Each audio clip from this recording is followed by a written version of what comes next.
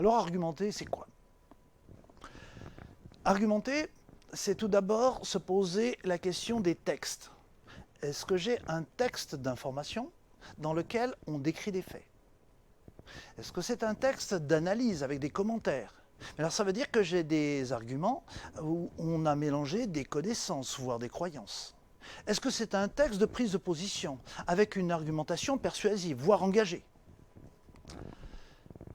L'analyse argumentative fait que le destinataire doit se poser des questions. On impose un champ thématique et un cadre de questionnement, mais le sujet destinataire de notre message doit se questionner. Il doit aussi se positionner tout comme l'auteur, pas forcément à l'unisson. On doit se poser la question de savoir qu'est-ce que l'on veut prouver par le raisonnement, et on va s'intéresser aux causalités, à la force des liens, au choix des arguments. On met en place aussi des stratégies argumentatives. On a une stratégie de problématisation, de cadrage. Quelle est la problématique? Quels sont les problèmes que l'on pose? Derrière, en aval, on a une stratégie de légitimation. C'est-à-dire, est-ce que le sujet qui est mis en avant est pertinent? Est-ce que la personne qui porte ces arguments est pertinente? Il s'agit de crédibilité.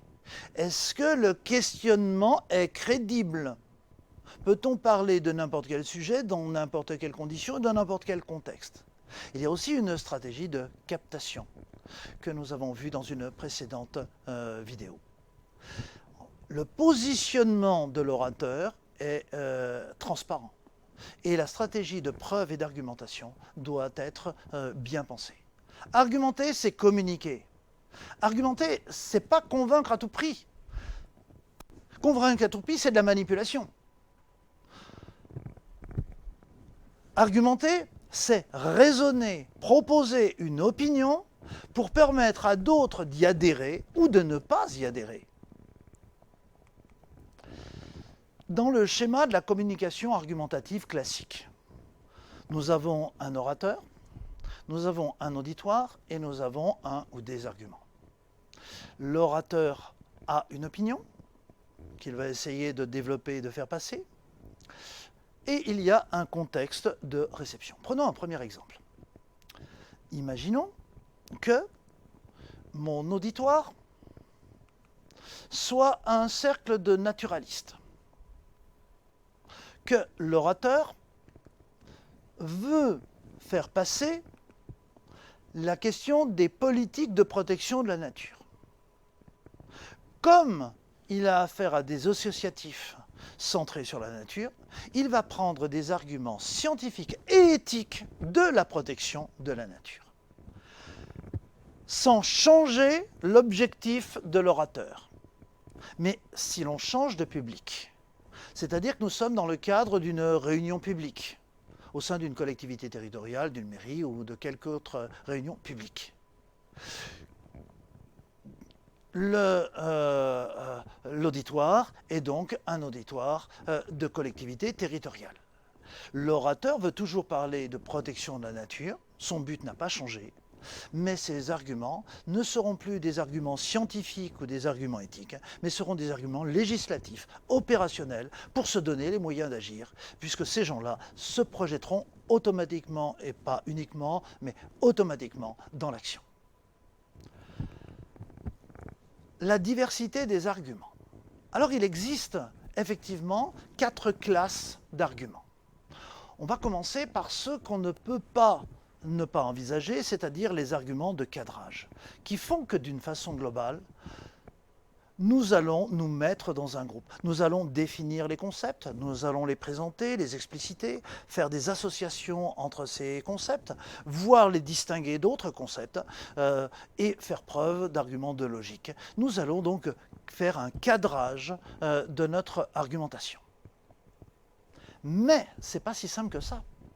Parce qu'effectivement, et là, je crois qu'il faut qu'on soit vigilant quand on écoute n'importe quel orateur, on est tenté d'utiliser des arguments d'autorité négative.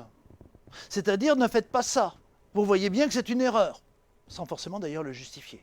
Des arguments de compétence. Moi, je suis universitaire, vous, vous êtes des praticiens de terrain, je suis donc beaucoup plus compétent que vous. Écoutez-moi donc. Moi, j'ai 10 ans d'expérience dans ce domaine. Alors vous pensez, vous qui débutez, des témoignages où l'on va mobiliser le témoignage d'une personne qui, avec émotion, va faire passer beaucoup plus de choses qu'une grande démonstration scientifique, qui nous remettait dans ce cadre-là. On a par ailleurs des arguments analogiques. Les arguments analogiques, c'est de prendre un exemple et de le généraliser, de le surgénéraliser, qu'il soit analogique, métaphore, mais en fait, à partir d'un exemple non révélateur, c'est en faire une généralité. Méfiance, car c'est un stratagème souvent utilisé par de nombreux orateurs. Puis, il y a les pires, les arguments de communauté, qui sont là de l'ordre de la manipulation. Je rentre dans un lieu et comme par hasard, je suis du même village que vous, je suis de la même région que vous. Là, on partage une forme d'émotion avec l'orateur. On partage des valeurs. Je suis d'accord avec vous. Nous avons des opinions communes. Mais là, soyons clairs, nous nous situons dans un cadre de manipulation des gens.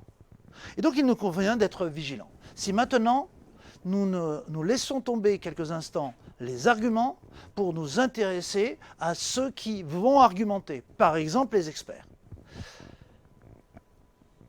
Pour évaluer la position d'expertise, on va se poser des questions. L'expert est-il crédible en tant que source d'expertise? Est-ce que ce gars-là, qui est météorologue, est bien crédible pour parler de climatologie? Expertise de champ. Un expert est-il bien, convoqué dans le champ dans lequel il est pertinent? Est-ce que l'argument qu'il va mobiliser est bien le bon argument? D'opinion. Est-ce que l'expert affirme ce qui va impliquer tel argument? Est-ce que l'expert est fiable? Ou est-ce qu'il change d'opinion trop souvent? Est-ce que l'argument est cohérent avec ce qu'affirment les autres experts?